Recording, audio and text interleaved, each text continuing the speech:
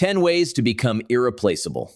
If you disappeared from your job tomorrow, would anything actually break? Or would someone simply fill the seat by Monday? Most people are replaceable, not because they lack talent, but because they never did the 10 things that make a person impossible to remove. If that question made you uncomfortable for even a second, good, stay with me. Let's start with a truth most people never want to sit with. Nobody becomes indispensable during the hours everyone can see. Business hours are public. They're supervised, structured, expected. Showing up on time, completing assigned tasks, meeting the basic requirements of your role, none of that separates you from anyone else, because it describes exactly what's required of every single person in a similar position. If your entire value exists only within the boundaries of what's mandatory, then you are, by definition, exactly as replaceable as anyone else capable of meeting that same minimum standard. Irreplaceable is never built in the visible hours. It's built in the hours nobody assigned you, the hours nobody is checking, the hours where no one would even notice if you simply didn't show up. This is where the real separation happens, quietly, invisibly, long before anyone in a position of authority ever becomes aware of it. Think about what happens during the hour before everyone else arrives, or the hour after everyone else has gone home. In that unscheduled space, there's no supervisor watching, no deadline forcing your hand, no external accountability keeping you honest. What you choose to do in that space reveals something that the required hours never could. Whether you're someone who does only what's demanded, or whether you're someone who does what's needed, regardless of whether anyone assigned it or would even notice. This is exactly why two people can hold the identical job title, complete the identical tasks during business hours, and yet one of them becomes utterly indispensable while the other remains easily interchangeable. The difference isn't visible on a job description, it's invisible, embedded in what each person chose to do when nobody required anything of them at all. One person clocked out mentally the moment their obligation ended. The other kept going, driven not by supervision, but by a personal standard that had nothing to do with what was being watched. Understand what's actually happening in those unseen hours. You're not just completing extra work. You're building capability, insight, and depth that nobody else in your position possesses, simply because nobody else was willing to invest time where no one was giving credit for it yet. The early morning spent learning something adjacent to your role. The evening spent refining a skill nobody asked you to refine. The extra effort poured into a project long after the minimum requirement was already satisfied. None of this shows up immediately. It doesn't show up on a performance review the following week. It doesn't show up in a raise the following month. It accumulates silently beneath the surface, compounding in a way that eventually becomes impossible to overlook. This is the part most people misunderstand about becoming irreplaceable. They expect the effort in the unseen hours to be immediately recognized. And when it isn't, they stop putting in that effort, concluding that it wasn't worth it. But recognition was never the point of those hours. Capability was the point. While others were doing exactly what was required and nothing more, you were quietly becoming someone who could do more than what was required. And that gap, invisible for a long time, eventually becomes the very reason you're the one who gets called when something difficult arises. The one who's trusted with more responsibility. The one whose name comes up first when opportunities are being considered. This is why irreplaceable people often seem from the outside to have simply gotten lucky, promoted faster, trusted sooner, chosen more often. But luck rarely has anything to do with it. What actually happened is that long before the opportunity arrived, they had already spent countless unseen hours building a version of themselves capable of meeting it, while others were only building a version of themselves capable of meeting the minimum. So ask yourself honestly, what are you doing with the hours nobody requires anything of you? Because that answer, more than any job title, more than any amount of visible effort, is what will eventually determine whether you're someone who can be swapped out without consequence, or someone whose absence would leave a gap nobody else quite knows how to fill. Let's talk about something that gets constantly overlooked in a world obsessed with skill building. Skills, no matter how impressive they sound, are far more common and far more replaceable than most people want to believe. Give someone 6 months, the right resources, and enough motivation, and they can learn to code, learn to sell, learn to design, learn nearly any technical ability that once felt exclusive to a select few. Skill acquisition has never been faster or more accessible than it is right now. And that accessibility, while wonderful in many ways, has quietly made skill alone one of the least reliable paths to becoming irreplaceable. Here's the uncomfortable truth behind this. If a skill can be learned in months, it can also be replaced replaced in months. Whatever technical ability makes you valuable today can be matched and eventually exceeded by someone newer, hungrier, and often willing to be paid less for the exact same output. This isn't meant to discourage skill building. Skill matters. But skill was never meant to be the foundation of irreplaceability. It was only ever meant to be the entry price of the room. Getting in the room requires skill. Staying in the room, becoming someone the room cannot function without, requires something else entirely. That something else is character, and character cannot be learned in 6 months. Character is not downloaded from a course or absorbed from a weekend seminar. Character is built slowly, tested repeatedly, and proven only through time. Anyone can claim to be trustworthy in a job interview. Very few people can actually demonstrate being trustworthy across 6 consecutive years of decisions, especially the small decisions nobody was watching closely enough to notice. Think about what it actually takes to be dependable, not for one impressive project, but for years, across countless ordinary days where nothing exciting is happening and no one is paying particularly close attention. It takes showing up the same way on your best day and your worst day. It takes following through on commitments, even when circumstances shifted and an excuse would have been easy to justify. It takes remaining consistent when nobody would have blamed you for cutting corners just once. This kind of consistency cannot be faked convincingly for very long, because character reveals itself precisely in the moments nobody is paying enough attention to catch a performance. This is exactly why character is so much rarer than skill, and exactly why it's so much harder to replace. A company can train someone new on a piece of software in a matter of weeks. No company can train someone to actually be honest when honesty is inconvenient. No manager can teach someone to genuinely care about the outcome of a project when cutting a corner would have gone completely unnoticed. These qualities either exist in a person after years of consistent practice, or they don't, and no crash course accelerates that timeline. This is also why so many highly skilled people remain surprisingly replaceable, while some far less flashy, far less technically impressive people become absolutely essential to the teams and families and communities around them. Skill impresses people in the short term. Character earns trust over the long term, and trust, once fully earned, is one of the hardest things in the world to substitute. You can hire someone with more talent. You cannot simply hire someone with more years of proven trustworthiness.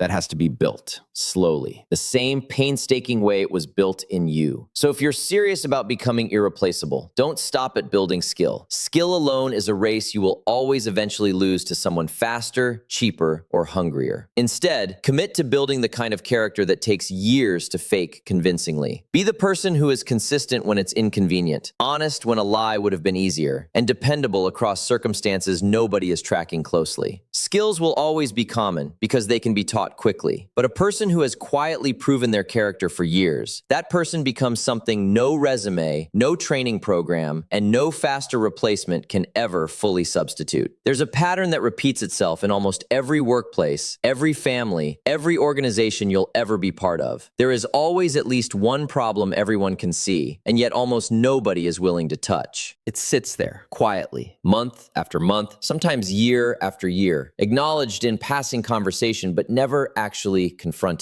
And here's what most people never realize. That avoided problem is one of the clearest paths to becoming completely irreplaceable, precisely because almost everyone else is choosing to walk past it. Think about why problems get avoided in the first place. Usually, it's not because people don't notice them. It's because solving them requires discomfort. It requires having a difficult conversation nobody wants to initiate. It requires taking on extra responsibility with no guarantee of extra reward. It requires risking failure publicly in a situation where success isn't even certain. Most people calculate, often without even realizing they're calculating, that the risk of stepping toward that problem outweighs the benefit. And so they quietly step around it instead, hoping someone else eventually deals with it, or hoping it simply resolves itself over time. But problems like this rarely resolve themselves. They tend to sit and accumulate, growing slightly more complicated with each person who chooses to avoid them. And this is exactly where opportunity hides in plain sight. While everyone else is busy avoiding the discomfort, the person willing to step directly toward that problem, without being forced to, without being specifically assigned to it, simply because they noticed it needed solving, immediately separates themselves from everyone standing on the sidelines. This is not about being reckless or taking on problems that aren't yours to solve. This is about recognizing that the very discomfort everyone else is avoiding is precisely what makes stepping into it so valuable. If solving a particular problem were easy, comfortable, and risk-free, someone would have already solved it. The fact that it remains unsolved is usually proof that it requires exactly the kind of courage most people aren't willing to offer. And courage, unlike skill, cannot simply be trained into someone overnight. It has to be chosen. In the actual moment discomfort is present, not rehearsed safely from a distance. Consider what happens when someone finally does step toward that avoided problem. Suddenly, they're not just another employee, another team member, another interchangeable face performing routine tasks. They become the person who solved what everyone else was too afraid to touch. That distinction is remembered. It's remembered by leadership, remembered by colleagues, remembered by anyone who witnessed the situation unfold. And more importantly, it establishes a reputation that's incredibly difficult to replace. Because it's not built on a skill someone else could simply be trained to replicate. It's built on a demonstrated willingness to face discomfort when the easier option was fully available and widely chosen by everyone else. This is why the person who solves the avoided problem often ends up trusted with far more responsibility than their technical skill alone would justify. Leadership isn't only looking for the most talented person in the room. They're looking for the person who can be trusted to handle what's difficult, uncomfortable, and uncertain. Because those situations arise constantly, and having someone reliable to face them is worth far more than having another person who only performs well when conditions are already comfortable and predictable. So here's the practical truth in all of this. Look around at whatever environment you're part of right now, whether it's your workplace, your family, your community, and ask yourself honestly, what is the problem everyone can see, but nobody wants to touch? That problem, uncomfortable as it may be, is very likely one of the clearest opportunities available to you to become genuinely irreplaceable. Not because solving it will be easy, precisely because it won't be. The very discomfort that's keeping everyone else away is exactly what will make your willingness to step forward impossible to overlook, and impossible, eventually, to replace. Let's finish with an image that changes how you think about your own value. The difference between being a brick and being a bridge. A brick is useful. A brick holds weight, fills a gap, serves its function within a structure. But here's the truth about bricks. Any one of them can be removed and replaced with another brick of similar size and shape, and the wall barely notices the difference.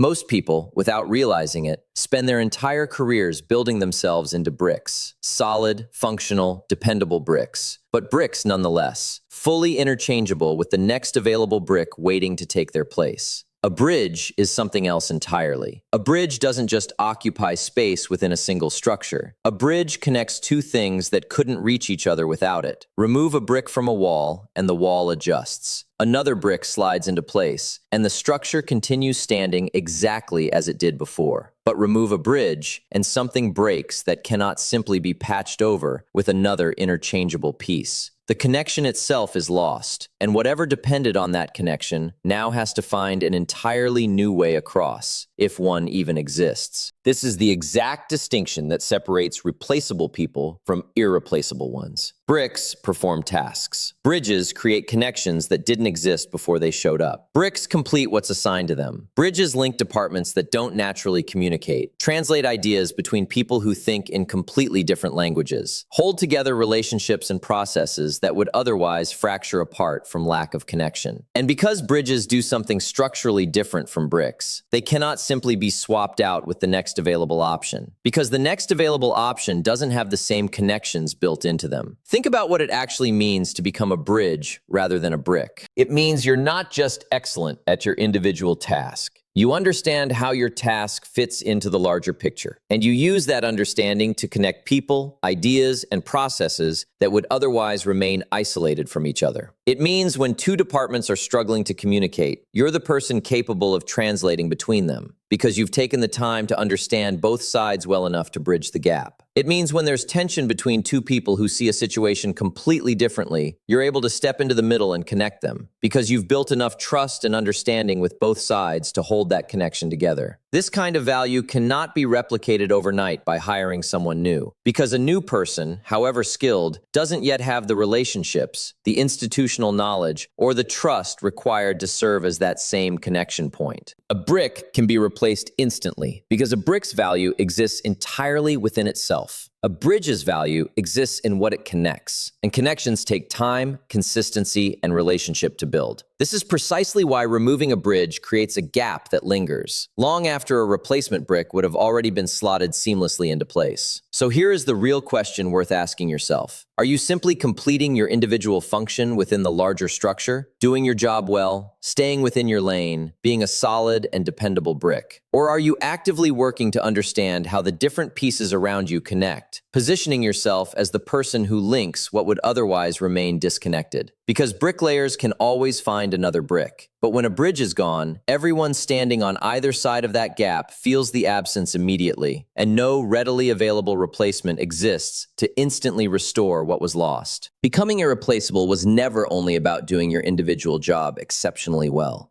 It's about becoming the connective tissue that holds a larger structure together. The person whose absence wouldn't just leave an empty seat, but would leave two sides suddenly unable to reach each other the way they once could. Choose, starting today, to build yourself into that kind of bridge. Because bricks, no matter how solid, are always replaceable. Bridges, when they're truly needed, almost never are. The price of discipline is paid in advance. It looks like waking up before you want to. It looks like saying no to comfort, when comfort is standing right in front of you, fully available, completely socially acceptable. It looks like doing the boring, repetitive work, long before anyone notices, long before there's any proof it's leading anywhere. This price is heavy, but it's honest. It's a price you can see coming, a price you agree to pay with your eyes open. The price of regret is different. It doesn't ask for anything up front. It's patient. It lets you avoid discomfort today, tomorrow, next week, next year, and it never sends a reminder. It simply waits. And then, one day, usually much further down the road than you expected, the bill arrives all at once. It shows up as watching someone else achieve what you once dreamed about, while you're left wondering what might have happened if you'd started when the idea first crossed your mind.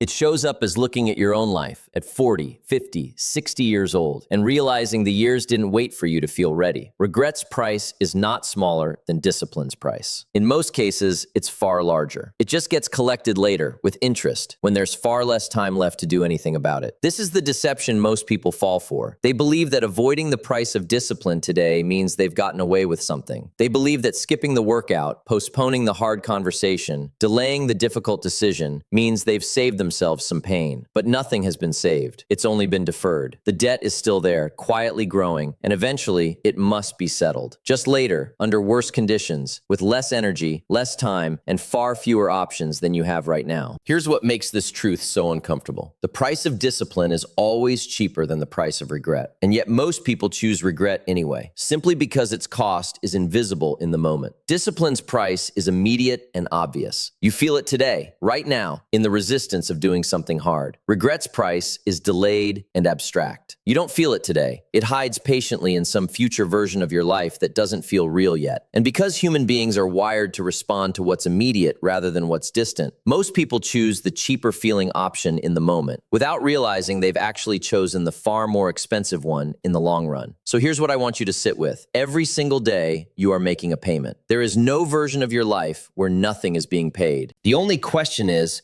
which account you're funding. The account that builds a future you'll be proud of, or the account that quietly accumulates the weight of everything you kept postponing. The good news buried inside this hard truth is this. You get to choose which price you pay, starting today. Starting with the very next decision in front of you. The debt doesn't care which one you choose. It will collect either way. But one of these payments builds something. The other one only takes something away. Choose the discomfort that builds, and let it be the only kind of expensive you're ever willing to accept. Let's talk about why 90 days matters, and why anything shorter than that will always lie to you about who you really are. A week of effort proves almost nothing. Anyone, regardless of how undisciplined they've been their entire life, can find the energy to push hard for 7 days. Excitement alone can carry a person that far. A new idea feels thrilling in the beginning. A fresh start comes with its own built-in momentum. For about a week, motivation does all the heavy lifting. And because of that, the first 7 days of any commitment are the least honest data you will ever collect about yourself. Push a little further into the second and third week, and something starts to shift. The initial excitement begins to fade, but it hasn't disappeared completely yet. There's still enough leftover energy from the decision to start that most people can coast through this stretch without too much resistance. This is the danger zone where people begin to believe they've already changed, simply because 3 weeks in, things still feel manageable. But 3 weeks is still not long enough. 3 weeks is still riding on the fumes of an initial decision, not yet running on the fuel of an actual identity shift. It's around day 30 that the real test begins. And this is where most people quietly fall away. The newness has completely worn off by now. Nobody is checking in on you with the same enthusiasm they had in week 1. The novelty that made this feel exciting has evaporated, and what's left is simply the work itself. Unglamorous, repetitive, and no longer wrapped in any emotional high. This is the point where the gap opens up between the people who were only ever excited about an idea and the people who are actually building something. 30 days separates enthusiasm from commitment, but even 30 days isn't the full truth yet. Push into 60 days, and you enter territory where old identity and new identity are actively wrestling with each other. This is often the hardest stretch, because by now, the initial burst of motivation is long gone, but the new habit hasn't fully become automatic yet. You're caught in the middle, too far in to quit without feeling like you've wasted the effort, but not far enough in for the behavior to feel natural or easy. Most people who abandon their commitments abandon them somewhere in this uncomfortable middle stretch, precisely because it's the least rewarding part of the entire process. There's no more excitement to coast on and no momentum yet to carry you forward effortlessly. This is exactly why 90 days is the minimum honesty window. It's long enough to burn through every ounce of initial motivation, long enough to expose you to that uncomfortable middle stretch where most people quit, and long enough to give you the chance to push past that stretch into something more durable. By day 90, you're no longer relying on excitement because excitement left months ago. You're no longer relying on other people's encouragement because most of that faded by week 3 or 4. What's left, if you've made it this far, is something far more valuable than motivation ever was. Evidence. Evidence that you can follow through even when nobody's watching, even when it's boring, even when there's no applause waiting for you at the finish line. This is why shorter commitments will always deceive you about your own character. A week only tells you that you can get excited about something. A month only tells you that you can ride momentum for a little while. But 90 days tells you the truth, whether you are the kind of person who follows through when the feeling disappears, or whether you're the kind of person who only shows up when it's easy. And once you know that truth about yourself, once you've proven it through 90 consecutive days of action rather than intention, that knowledge becomes something no one can talk you out of, because you didn't read it somewhere or hope it was true. You lived it, day by unglamorous day, until it became undeniable. There's a mistake almost everyone makes when they decide to change something about their life. They picture transformation as a dramatic, intense event. They imagine the extreme workout, the all-night work session, the sudden burst of motivated energy that finally pushes them over the edge into becoming who they want to be. And for a moment, that intensity feels powerful. It feels like progress. But here's the truth that almost nobody wants to hear. One intense burst of effort, no matter how impressive it looks in the moment, changes almost nothing about who you actually are. Think about what actually shapes a life over time. It's never the single extraordinary day. It's the ordinary days, repeated without exception, that quietly do all the real work. One incredible workout does not build a strong body. It might leave you sore for a few days, maybe even a little proud of yourself, but physiologically, structurally, it changes almost nothing. What builds strength is the unremarkable workout, repeated 3 times a week for months, long after the initial excitement has completely worn off. The body doesn't respond to intensity. It responds to consistency. It adapts to what you repeatedly ask of it, not to what you occasionally throw at it in a single dramatic moment. The same is true for every area of life you're trying to change. One incredible day of eating perfectly doesn't reshape your health. One brilliant, focused day of work doesn't build a business. One passionate conversation doesn't repair a relationship that's been neglected for years. These moments of intensity feel meaningful because they're emotionally satisfying. They give you a taste of the person you want to become. But a taste is not a diet. A single event is not a pattern, and it's patterns, not peaks, that determine the actual direction of a life. Here's what makes this so easy to miss. Intensity is exciting, and exciting things feel important. Repetition, on the other hand, is boring, and boring things feel unimportant, even when they're doing all the heavy lifting behind the scenes. This is why so many people chase intensity instead of consistency. They want the version of change that feels dramatic enough to be worth telling people about. But real transformation decision rarely looks impressive while it's happening. It looks like the same small action done again and again and again. On days when it feels meaningful and on days when it feels utterly pointless, with no one watching, no one applauding, and no immediate proof that it's working. This is exactly why so many people give up right before the results would have started showing. They mistake the lack of dramatic, visible progress for a lack of actual progress, without understanding that repeated small actions accumulate invisibly for a long time before they ever become visible on the outside. A single rep in the gym doesn't visibly build muscle. A single page written doesn't visibly complete a book. A single day of saving money doesn't visibly build wealth. But rep after rep, page after page, day after day, a threshold eventually gets crossed, and what was invisible for months suddenly becomes undeniable. This is the quiet secret behind every disciplined life you've ever admired. It was never built on occasional bursts of intensity. It was built on small, unremarkable, repeated actions, chosen consistently over long stretches of time when nothing about the process felt exciting or urgent. The person who works out for 20 minutes every single day without fail will always outperform the person who occasionally pushes themselves through an exhausting 2-hour session once a month. The daily 20 minutes doesn't look impressive from the outside, but it compounds, it builds. It becomes, over time, something the occasional intense effort could never replicate. So stop chasing the dramatic moment that will finally change everything. There isn't one. What actually changes everything is choosing the small, boring, repeatable action and refusing to let go of it. Not because it feels significant in the moment, but because you understand that significance in the long run is built entirely out of things that felt insignificant at the time. Let's finish with the truth that reorders everything you thought you understood about change. Identity comes first, and results follow, not the other way around. This single reversal is the reason so many people work incredibly hard and still feel like nothing is changing, while others seem to shift their entire lives with what looks, from the outside, like far less effort. The difference was never the amount of effort. The difference was the order in which the decision was made. Most people wait for proof before they commit. They tell themselves, once I see results, I'll believe I can actually do this. They want the evidence first and the identity shift second. It feels logical. It feels safe. Why fully commit to being a disciplined person before you've seen any sign that discipline is even working for you? But this order guarantees failure because results take time to appear. And if your belief in yourself is waiting on results that haven't shown up yet, you will quit long before those results ever had the chance to arrive. You can't hold on to a commitment with evidence you don't have yet. You can only hold on to it with a decision you've already made. This is why the people who actually transform their lives